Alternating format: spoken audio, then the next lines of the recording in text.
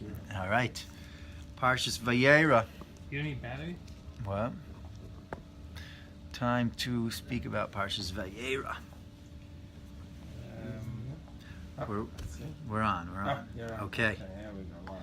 Vivaldi. Going inside out, Lech Lecho tonight, 10 o'clock at night in Briarwood. This one? That's here. That's me. That's But us. Lech Lecho, why Lech Lecho? No, Lech yeah? was last week. Then I did the wrong thing. I'm sorry. I think.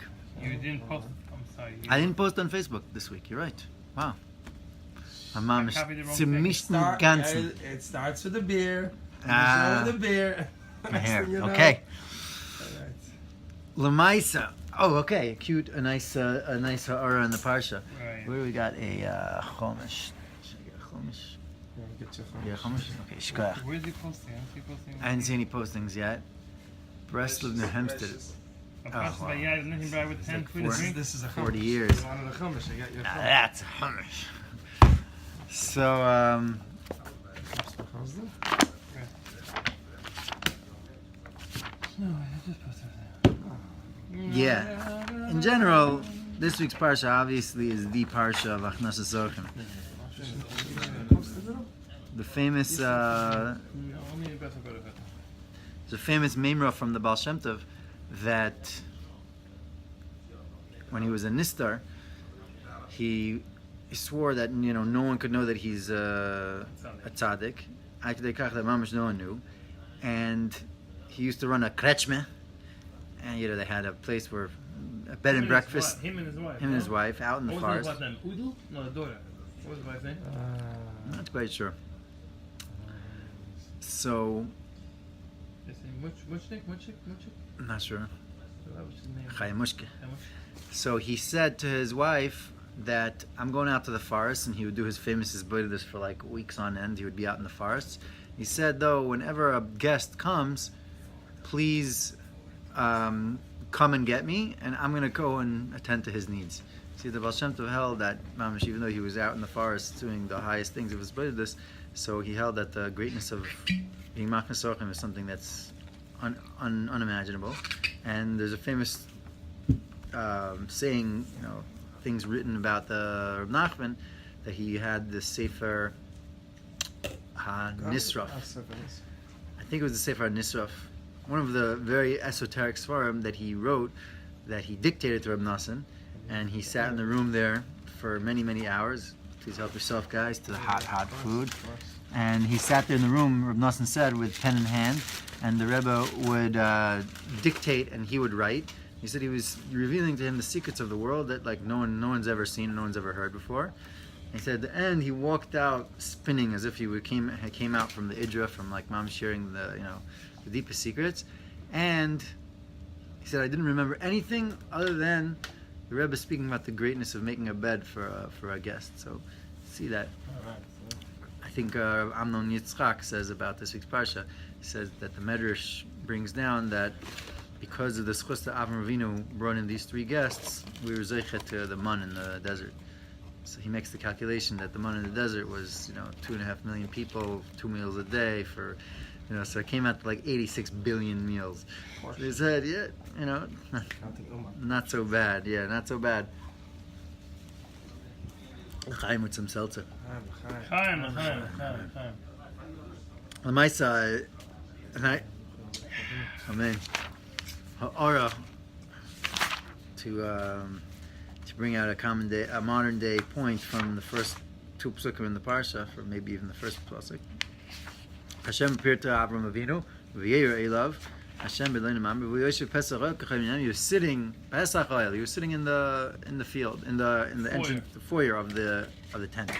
He looked up and he saw that there were three people standing there, and he understood, as Rashi says, and he ran towards them. What does it say again? Mi Pesach Oil. Right? It says he was sitting by the Pesach Oil. He looked up. He understood that he saw, and he understood that there were three people there waiting around, making sure that he wouldn't see them. And he ran to them from the Pesach Oil. So it just said Pesach Oil. That's where he was sitting. What's the double language? I understand that he was sitting there. So when he ran from where he was sitting was from the Pesach Oil. Why did it say again? So al pi derech tzachos. Nowadays, anytime my kid last week was the 6-year-old that was holding the 3-year-old in his arms, and he was bouncing around, and everyone was like, "Oh my gosh, it's so cute!" So he said, take a picture. Nowadays with the Snapchat. prevalence of the camera always being around because it's in your phone, so you want every single second you're going to take another picture. So what's the pshat that Avraham Avinu said that he was sitting Pesach Oyel and he ran to them in Pesach Oyel? Is that what would most people nowadays do? Snap a picture. They would Take be a like, picture and post a no, photo. quickly post. Share it, Leave picture, right? 3 men coming. Oh my gosh. Hashtag dreams do come true. And then they would go. So the godless of Avram was that he saw it from where he was, and he ran from right there. He didn't tell Sarah, he didn't tell Jens, he didn't start thinking, he didn't start making any. He saw didn't something. kill the moment. He didn't kill the moment. He ran into the moment. Right, as we spoke about last week, this Echad Haya Avram. He did not live for other people. He lived for Hashem, for himself, and his connection to Hashem, which is all the same. That's mamish another thing. Like every single vaguely interesting moment, we have to post and picture and everything. And like you said, it very often just literally kills the moment. My kids, when they do that, so I get in the habit of saying, "Okay, I'm gonna take a picture," and I go like this. And they start laughing, and I do that like half the day. Like, oh, it's so cute, and they understand that like, shtuyot, like take. And I honestly, a lot of times when I do that, I think I'm taking a picture in my mind that I should remember this instead of. They say now that people are actually getting quantifiably stupider, in the sense that they have less memories in their brain. Because it says they basically done studies that you rely on your phone, you rely on all these things. You can't remember numbers, you can't remember names, you can't remember people because it's all there. Right. I mean, there is truth to that. Rav Menachem Ziemba, the famous story with him, that he had like a photographic memory, but he was one of the biggest go'inim of all of Lita. He knew everything, and so someone once came over to him and asked him for someone's phone number, and there was only, I think he said in those days it was only like 4 digits. Because there was only like 1,000 phones in the town. And he said, "I don't know. You have to look it up." He said, "Rebbe, you know everything. Your photographic memory. How could you not know this guy's number? There's only like 20 people in the town." He said, "Why would I waste my brain for that? 4 numbers? Why would I waste it?" So there's an akudah that your brain only has a certain amount, but the fact that you rely on all the phones and all those things, and even for your memories of your life, so yeah, you'll look back at your phone every once in a while and have memories, but your real memory system won't even be so Remember your phone number? So You grew deep. up, your house number? Do you remember your house number? Yeah. You grew up? I remember. 13556. Yeah. All phone. Anyways. Knows it also. Yeah, the whole Facebook, you could all call, all that. Call my Our mother. kids are Pretty funny, right? so there's a Mishnah. But I barely remember my wife's phone. There's a Mishnah, and yeah, you don't remember. I don't even remember my cell phone number sometimes, unless you have to fill out a bunch of sheets and some organizations. You wouldn't remember it. Why would you remember your own number? So You tell people, call me back on this number. right. My mother's cell phone number. So there's a Mishnah in Avos. The Mishnah in Avos says that a guy is walking along the way and he's learning. Obviously, what else would you be doing if you're walking on the street? Of course. And he stops, right? And he looks at this thing and he says, "Manon ilan zeh," what a beautiful tree. Okay. "Manon nir zeh," what a beautiful furrow. Okay. That obviously you got to be a little bit of a olden day yid or a farmer to appreciate a furrow. But back in the, well, it's like the thing that they plow the fields, like when you have a plow, like those things are furrows. So he looks at the plowed field and he goes, "Ah, what a beautiful field." So Maybe a bit straight lines. yeah, it's nice, it's beautiful. So he stops to look and he says that the Torah considers it like he's chayav misa. The strangeness of hearing such a line, which seems like terrifying. Like what does that mean? Is that the Bartanura explains that he's not just he's like learning, he's holding the sugya, and he says, enough of the Torah. Look at the trees, look at the grass. He starts to smell the grass and all that. No, it's a guy, he's learning. He sees a tree and he knows that there's a bracha you make on beautiful pears and beautiful inanis, and he stops and he says Baruch atah Hashem Elokeinu melech haolam on the beautiful pears. He's malal kasek v'schayav nafshei. So it's a pella. It's a very intense thing. So, anyways, this week Rabbi Jacobson was speaking a lot about. It's not this week, but I was listening to it this week. He hasn't stopped giving those shirim now, for the time being. Chaim, Nimm ein bisschen Cholent, ein bisschen Kegel, no, something. That's machar. Bruche. Kick. You can make at least 2 brachas, 3. The after bracha is 4. In Chabad, they make sure that they say a bracha, I think, every hour. They don't let an hour go by that they don't say a bracha, something like that. Make another One of the Rebbes, right? Machal l'chaim, machal l'chaim. So just be melumid and always thanking Hashem. He also used to say there was zich gedenken nach na brach. Mm-hmm. Yeah. So he was speaking a lot about how punishments we look at as some sort of vindictive God. Hashem, is revengeful, vengeful towards us. You did this, I'm going to smack you. Kind of the way maybe some Rabbeim in your youth portrayed themselves and portrayed Hashem by default as being that way. But Hashem is obviously not like that. And he brought down an example of when Moshe Rabbeinu and Hashem were arguing for 7 days. Hashem said, go be the Goyal, go redeem Klal Yisrael. And Moshe Rabbeinu said, no, I can't talk, I don't know what I'm doing, all the different excuses. Finally it says at the end, Vayichar af b'Moshe, Vayichar af Hashem b'Moshe. He said, go, do it. And Moshe Rabbeinu went. So you could learn that the translation art scroll would be Hashem got angry at Moses and said, go. The Kotzker says no. Read carefully. Vayichar af Hashem b'Moshe. It says that in the pasuk. B'Moshe means in Moshe. What was going on was that Moshe Rabbeinu was arguing the whole time, no, I can't do it because of this, I can't do it because of that. Hashem looked deep inside and said, yeah, I understand that you are soivel, that you are caring about Klal Yisrael and everything, but if you really were in there and you saw Hashem coming to save you, you would run in a second. You wouldn't argue with me for half a second. The whole time he was trying to bring this out, and Moshe, like, you go do it. He said, no. Vayicha af Hashem means the passion of Hashem burned in Moshe. He burned the passion of Hashem in Moshe Rabbeinu's heart. All of a sudden Moshe Rabbeinu said, whoa. He realized that's what so he says a lot of the things that we see as punishments in his anger are really, let's say skila he's speaking about, reflects a hardened heart. A lot of them are consequences versus punishments. That when you have something that's going not good, you do a Vayeira that's chayav skila, so avada there's skila that a person should get, from Shemayim, that from Bezdin, that the Bezdin should stone him, but really it hardens the heart, and that's the punishment that's just a natural reaction to something that you're doing, that you're chayav skila. So in this Mishnah, maybe there is obviously what to say about that maybe there's some sort of punishment that a person gets from being perished from the Torah, but there's a little deeper understanding that comes from this week's Parsha. It says in the 3rd pasuk over here, that after Avraham Avinu saw these 3 people, these 3 malachim, wayfarers, they looked like regular chevra. Someone once asked me a question that says Aravim. It says that they were Arabs, or they weren't Arabs yet, but okay. Whatever, you have to understand what these things mean. Why would no Arabs? Because Yishmael was born by him. Right. Sure. That's a good question. Right. It's a good question, but I don't know the answer to that.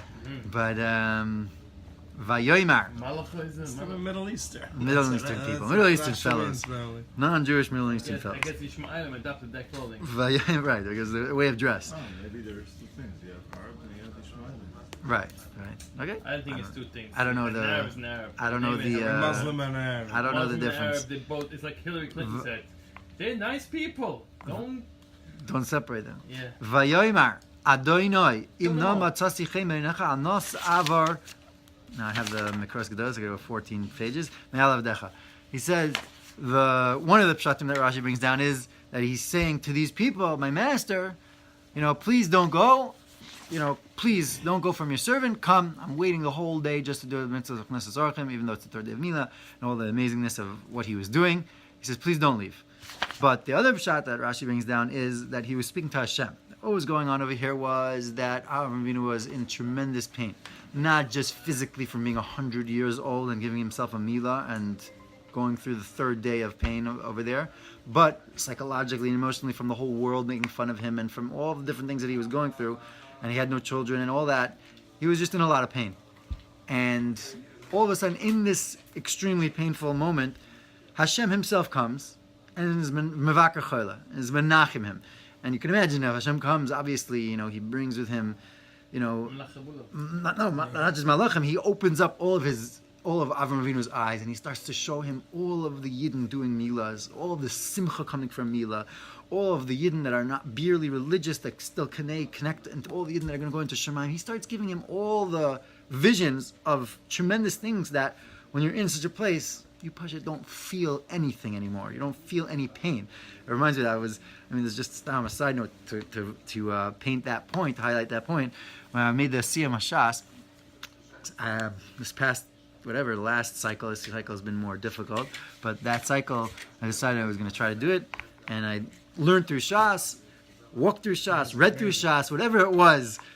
I read the words of Shas. That's what I could say, I learned probably 1,000 daf, probably half learned 500 daf, and I literally read probably through 1,000 daf. But I went through the Shas, which is a good thing, a great thing. And at the Siyam Shas, it was a tremendous simcha. It was my birthday, my Hebrew birthday, and there was an Eretz Yisrael. My in-laws were there, and I rented bouncers. We had a barbecue, and all the chevra was there. It was like maybe 50, 60 guys and families, and all the kids were happy. It was a beautiful. You do it again? We're gonna do it. How come I wasn't invited? Yeah, That's what I'm saying. Eretz Yisrael, you got to come for the summers. So Akitzer, it was a beautiful moment, and then we got up to like the high point, and the Olam was all with guitars, and they were singing Teyashah. So it was a tremendous thing. And right before then, when I was dealing with the barbecue grill, I sliced a really sharp metal in my thumb, and it was bleeding nicely. My Pasha was running, doing 30,000 things, trying to take care of the whole party. So I just wrapped it in a tissue until it stopped bleeding, and just threw out the tissue. Do it tomorrow. I don't have time for this. Kitzer, at that point, at the high point of the Siyam, so they gave out l'chaim. So I grabbed the l'chaim, and everyone was holding l'chaim. And by Nekuda Tova, they don't just drink a l'chaim. L'chaim, it'll go for 15 minutes, just getting to that l'chaim. So everyone was singing and getting up to l'chaim, and they're pouring more l'chaims. And it was like such a beautiful simchadik moment. And as I was swaying, and everyone was swaying, the Jack Daniels was just pouring onto my thumb. And it was the most incredible pain. I was cleaning it. But I was in such simcha, and there was such that I felt it. I felt the pain. Didn't focus on it. No, I felt it, but it didn't bother me. It was the most incredible experience of feeling pain, but it just didn't hurt. I felt the pain. It was burning, but it didn't bother me because I was in such simcha, and the whole avir was so uplifting and exalted that it just was like, it's pain. It doesn't bother me. So I realized that that's like the Nekuda of Avram Avinu. Also, when he was in this painful place. So you're right, he was going through tremendous pain. But when HaKadosh Baruch Hu comes, you don't feel any pain. You don't feel anything. And yet, the galus was that out of the corner of his eye, he sees that there's 3 guys in the thing, and he sees that they stop and they're trying to make like they didn't see him, that he shouldn't come, and the whole game that they were playing that he shouldn't come. And he starts thinking, what, am I crazy? Hashem's here. You have the biggest guest in the world, Hashem is here. And I'm getting the nechama of a lifetime. I don't feel any pain anymore. What am I going to go with it? And it was a big test. And Avram Avinu said, Vayeira Adonai, which is a reference to Hashem, Im no matzasichim enecha al no savar me'avdecha. Hashem, hold on for a second. Hold on for a couple of minutes, a couple of hours. I'm going to do Achnas Tzorchim. And from here we learned from the Chazal say that there's such a thing that just doing Achnas Tzorchim is greater than Kabbalas Pnei Shechina. Now, how could that be? What's the whole concept over here? So you have to get back to the basics of life. The basics of life are that we live in a physical world, and yet we're trying to come close to Hashem, who's a spiritual being. In the spiritual realms, there is no closeness because there is no distance. There's no physical existence, no time and space. The only distance and closeness there are similarities. Are being one, being like someone is being unified with him, and being not like someone is being separate from him. So that is why we say that we always try to imitate Hashem, because when we like Hashem, we're merachim, like Hashem is merachim.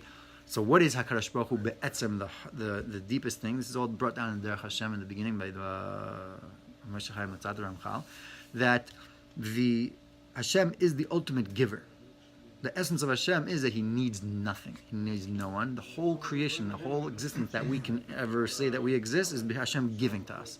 So when we act as givers, we are binding ourselves by imitating and becoming similar to Hashem, and we're binding to ourselves to Hashem. When we act as takers, we are in essence cutting ourselves off from the source of life, of being like Hashem. So Mamela, when it comes to that, in any level of life, the thing that requires more effort is the aspect of giving. The thing that requires less effort is the aspect of taking. I'm taking it easy, right? Versus giving, which is an aspect of giving more effort into something. So over here, HaKadosh Baruch Hu was really testing Avraham Avinu. And he was receiving the Shekhinah, but even receiving the Shekhinah is a level of receiving. I'm sitting back, Hashem, thank you. It's awesome. He recognized at that moment that there's another higher aspect right here in this connection to Hashem that's even higher, which would be what? To give. To give would mean to run out and to go out and do the Hamitzah of Rachmas Tzorchim. And he passed the test and he ran out. This I think also explains the Mishnah, when the Mishnah says that a guy was going and he was learning. Learning is a difficult thing to do, especially when you're walking on the way. To sit there and focus your mind on learning, it's not such a simple thing to do. For such a person, on such an act of giving, of breaking himself to learn wherever he is, to say, you know what, chill out, look at the trees, look at the flowers, smell the fresh air. So that, on his level, is taking himself from giving and bringing himself down to taking. That on that level, he's himself cutting himself off from the source of life, which is the aspect of giving, which is the aspect of also of doing things like that. A lot of times you do see, by the way, that when you do cut yourself off the opposite way, when you cut yourself off from something that you shouldn't be involved in, and you bring yourself up to a higher level, you do see a lot of lights. This is what we were speaking about last night a little bit with the phones and stuff like that, that you have to try to cut yourself off and basically refocus yourself. A lot of times I notice that if I'm walking in some area or whatever, and kayadua, if you don't want to look at something, so the worst thing to do is don't look at that thing. Don't think about that thing, right? Like the Rebbe speaks about and all the tzaddikim speak about. Not thinking about something is thinking about it very obsessively. The only way you could not think about something is if you fill your mind with something else. So the only way that you could not look at something that you shouldn't be looking at is if you look at something else. Mind can't think of two things at once. That's thinking. Also by looking. If you don't want to look at someone that's dressed improperly, the only way to do that is not to go, I'm not going to look, I'm not going to look, I'm not going to look. The only way to do that is to look at something else consciously. So often when you find yourself in a situation that you shouldn't be looking at something and you look somewhere else to focus yourself away, you'll see things in life and you see beauty in the nature of the world that's like beautiful, that you would have never noticed before. And it's amazing. Like a lot of times I notice that. So that's the opposite level, meaning when you're breaking yourself off from doing something easy that brings you down to doing something higher, you actually do end up seeing awesome lights, which also could be, I guess, with the phones. If you want to take yourself away from the phone and look into somewhere else, you'll end up seeing things that are much higher, much bigger. Keep your safer in your pocket, or just look at the sky. Rav Nachman says every day you should look at the sky and look at the blue sky and say, what's going on with my life, Tcheles domeh layam, yam domeh lerakia, rakia domeh lekisi hakavod. All sorts of stuff that you could look at. There are other things, but even when you're looking at I was once in a it was cool. It wasn't a thing of beauty, but it was cool. I was once in the outdoor mall here somewhere near Muncie, and I was walking down the street, and there was some sort of store that people shouldn't be near, and I just didn't want to look at it, so I just try to focus on something else, and I just saw this sign right across from it, and it just said "Exit South Mound," Exit what? Exit South Mound, something like that, which to me meant like exit south, like it was right connected that store. So you're looking at that, don't look at that, look at there. That's the shot. Just they're gonna exit you down. Kitzer, in the psukim over here in the beginning, it says also. Get to your level, you get messages. You see, we don't get messages. You just gotta open your eyes. Open your eyes. That's all. Open your eyes. Yeah, you just gotta do it. You just gotta, as Nike says, gotta do it. So he says, wash your feet, my friends, and sit under the tree. Right. So actually, everyone teaches us that they were worshiping. There were those that worshiped the dust of their feet, the idol of the dust of their feet, and so he didn't want it to wash off your feet. So. First of all, it's a little funny form of Avodah Zarah. I could hear the sun, the moon, the water, or something, and dust. It seems a little pathetic. If you're gonna pick an Avodah Zarah, it should be something geschmack. We seen with the other one, the guy who used to go and mate. They did all sorts of terrible things in front of the Avodah Zarah. It wasn't not that we can understand it, but the Divrei Cheskel says, what does that mean for us practically? It means the people that bow down to the soil of their feet, meaning to their feet that run and run and run to try to do what they can to make themselves in this world, right? So run to the whole day is about the land that they're running on. They're trotting on the earth, and they're going to run here and run there and run this and do this and be they're going to make that and make that and make this amount of money, and then they're going to be happy, and that's it. Avraham said, my sweet friends, wash it off. Rachatzu raglechem. Wash off your feet. Feet always means the thing that touches the ground. It brings up a point from last week's parsha that was a very interesting point that didn't come out till Shabbos, so it connects very much. Last week's parsha, Avraham Avinu, it says that he took the dust and he fought the 4 kings that were very, very powerful kings, and according to some of the Midrashim, it was 318, it was just him and Eliezer. He took the dirt and threw it, and it turned into spears and arrows. Mamish was a great scene out of Braveheart. They all got killed. Shalom al Yisrael, and he was great. Rabbi Akiva, Nachamish Gamzu would go through the same thing later on in his life, and it was a very cool story. Ayin Sham. But the rabbi in the shul asked, what's pshat? That Hashem made the miracle that he had to take dust from the earth and throw it, and it became the thing. So I was thinking about it last week, and it comes out that it's very interesting. It says in the beginning of the Torah, it says, Ezer Kenegdai. Famous Shabbat Brachas Torah. If anyone ever went to Shabbat Brachas, you'll hear 1,000 times. Maybe you heard it at your own Shabbat Brachas 1,000 times. One of the most famous Gemaras is that they say, Zacha, if you're meritorious, Nasale Ezer, a helper. Nasale Kenegdai Oy Vavor. Motze, a moitze. But this chassan, this Kal and this chassan are never going to have such a thing, and that. Shalom Aleichem. This is it. Read Rav Wolbe's Kunter Sachasanim, where he speaks about the chapter that he said he used to leave out because what's the point in scaring Chasanim? And he said, but I see that the Chasanim are not coming in with a proper Gisha, so I'm putting the chapter back in to give the Chasanim a proper perspective on what life's about and what life's going to be, and come in with a healthy perspective in marriage instead of being a little shocked. Still, it's a good thing, and obviously it's something that lifts up. Nisuin is a lashon of nasa, to lift up. Akitzer, so it says, if you're zoicha. So what does it mean zoicha? What does it mean zoicha? So, okay, merit, maybe the guy has good grandparents, comes from Hasidic lineage, whatever it is. Or, right, or it means zacha, maybe he's a chashav guy, whatever.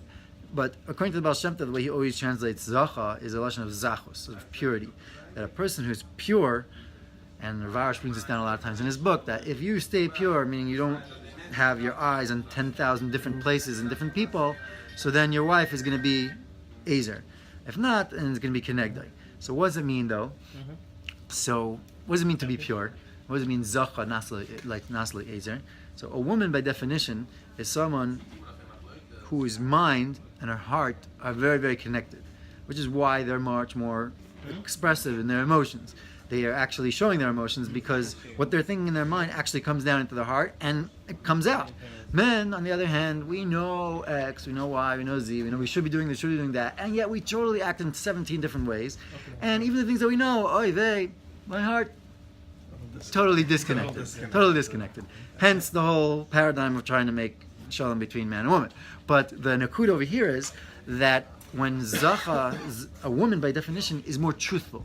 Because everything that she knows, or a lot of things that she knows, what she knows goes into her heart and she feels it. Which means that she's living on a very, very emotionally real and truthful level. A man, when he is living on such a zacha, on a pure level like that also, which means that what he's doing is aligned with what he's knowing and what he's feeling, so then automatically the wife sees reflected truth. When he's living a truthful life with Hashem, with himself, he gets into his thing, he's an Oived Hashem, and he's a really bad guy, whichever way he paints himself, if it's not always totally based on the truth, it's going to create a situation where the woman's natural truth and purity will reject that because she sees something that's totally foreign to her. And therefore she comes connected. It's a natural reaction. It's not something that happens as a punishment or anything. It's literally a natural reaction. On the other hand, when a person is pure... We can have a long conversation about that. We can have a very long conversation about this. I don't listen and agree to everything. Right. Okay. We'll speak about it after Facebook. Yeah. People can fake their hearts. They can start feeling something. No, there's more to it. That's different. That's different. Yeah. But More complex. Yeah, it's more complex. Yeah. The warrior different. for sure, there's a lot of That's levels. what he's saying, that they're wired. This also, though, we know that the fact of Artzius and the Zochanas Le'ezer Kenegdai also reflects in the natural world around us, which means that when you go out to the grass and to the trees and to the rocks and you see what are they doing, you know what they're doing? They're doing truth. They're living truthful lives. They're a rock. Are they jealous that they're not a tree? It's a tree. What do I have to do with a tree? Everything in creation leads lives that are totally truthful. Memela, when a human being, when a man comes and he lives a life that's zacha, that's pure, that's truthful, the entire creation, the entire aretz becomes Ezer, becomes his helper. When he leads a life that's not zacha, it's not pure, he's thinking in 10 different places who he could be, who he could do, and he's complicated and doing all these things. All of a sudden, the whole world is Kenegdite. He has Taivas, he has this thing, and that thing comes up against him. Avraham Avinu was on the utter level of Zachos. He was on the utter level, the highest level of purity. Memela, when he bent down to the earth, it was his helper. It was like, okay, now we're earth. You want to make us into arrows? So it be it. He said, let's go, let's be arrows. Boom, he threw it, and they became arrows. Because of the purity, he was able to create a situation that he mamish changed the Artzius to being his helper versus something else that it would be other than that. To end off, cute thing. Maybe you'll ask the Rav about it, how it connects to Tzfas, because it definitely connects to Tzfas. The Baal Turim starts off the parsha, Vayeira Elav Hashem, Soife Teves, Eva, Aleph, Vav, Hey, right? Famous Torah that the Arizal says. I think it's from Chesed Avraham. That what? For Tzfas. Right. Yeah, okay. Wherever it's from. Ki vocha Hashem es Tzion, Eva Moshe Eloi, ki chorav Hashem es Tzion, when Hashem destroys Tzion, Eva, which is Atbash Tzfas, L'Moshe Eloi. He's going to dwell in Tzfas. Mashiach's going to come from Tzfas, so on and so forth. So that I don't have the connection yet. You have to ask Rav Koenig, who's living in Tzfas. Oh, you mean to No, it is. Vayeira Elav Hashem. So the Baal Turim says, Vayeira Elav Hashem is Sofi Teves. Eva literally means Ratzain, yearning and desire. Very good. Memela, so Hashem yearned to dwell in the tent of Avram Avinu. Avram Avinu was so chashav that Hashem yearned to be there and to spend some time there. So at the end of the parsha, in the end, we say every day, hopefully 1,000 times, we try. If you're able to say it clear enough, most people say, when I grew up, I thought it was Chiddush Shmai. Shmai. That's how I understood it until I actually Chiddush Shmai, my Chiddush Shmai. I didn't understand that there was something actually in there other than Chiddush Shmai. Baruch Hu uVaruch Shmai. Blessed is him and blessed is who? He. Blessed is his name. What is he and his name? Who? Right? When we say Who is his essence, his pure and perfect essence, and Shmai is the manifestation, the name, the covering, so to speak, the levushim, the concealment of this world. So we say Baruch Hu, Baruch Shmai, thank you, blessed are you, the source of all blessing, Hashem, your essence and everything that's being mishtashel here in this world. So Baruch Hu, though, Hu is, when you flip it backwards, is Eva. So the essence of HaKadosh Baruch Hu, and really the essence of all of us, is a Ratzon. A Ratzon tells more, right? When you get to the core of a person, you ask him what he really wants. What does he really want? We'll tell you 1,000. What you really want.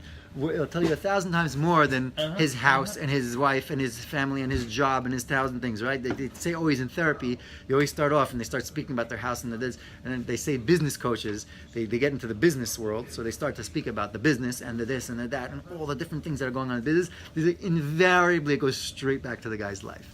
And it goes to his family and then back into his life and to his core. What does he really want in life? And when you find out what you really want, it changes your whole world.